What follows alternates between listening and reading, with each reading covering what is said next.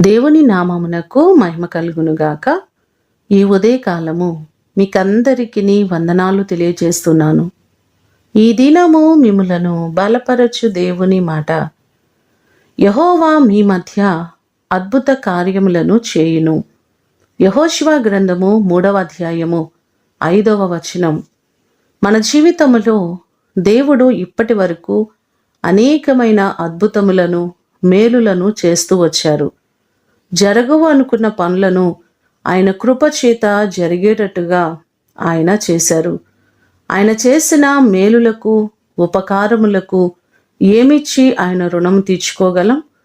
యోబు గ్రంథంలో మనం చూచినట్లయితే 5వ అధ్యాయము 9వ వచనంలో చూస్తే, ఆయన పరిశోధింపజాలని మహాకార్యములను లెక్కలేనన్ని అద్భుత క్రియలను చేయువాడు అనే మాటలు మనకు కనబడుతున్నాయి. ఇప్పటి వరకు మీ జీవితంలో ఎన్నో కార్యములను చేసిన దేవుడు ఇక ముందు కాలంలో కూడా ఆయన అద్భుతములు చేసి మిమ్మల్ని అందరినీ ఆశీర్వదించునుగాక. ప్రార్థన చేసుకుందాం. పరలోకమందున్న మా తండ్రి, మీ ప్రశస్తమైన పాదములకు వందనాలు ప్రభువా. మీరు మా మధ్య అద్భుతములను చేసే దేవుడవు. ఇప్పటి వరకు ఎన్నో కార్యాలు చేశారు. మీరు చేసిన కార్యములన్నిటిని బట్టి మీకు వందనాలు ప్రభువా. లెక్కకు మించిన అద్భుతములు మా జీవితాలలో మీరు చేశారు. ముందున్న కాలమంతా కూడా ఇంకా అనేకమైన అద్భుత కార్యములను మీరు జరిగించండి.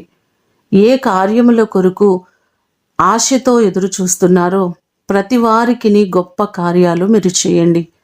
ఈ దినము కొరకు వందనాలు ప్రభువా. మా ప్రియులెల్లరినీ మీరు ఆశీర్వదించండి. ప్రతి వారికి మీరు తోడై ఉండండి. వారి జీవితాల్లో అనేకమైన అద్భుతములను మీరు జరిగించండి. నీ మహిమ చేత గొప్ప కార్యములను మీరు జరిగించమని యేసు అతి శ్రేష్టమైన నామమున అడిగి వేడుకొని పొందియున్నాము తండ్రి. ఆమేన్. దేవుడు మిమ్ములను దీవించునుగాక.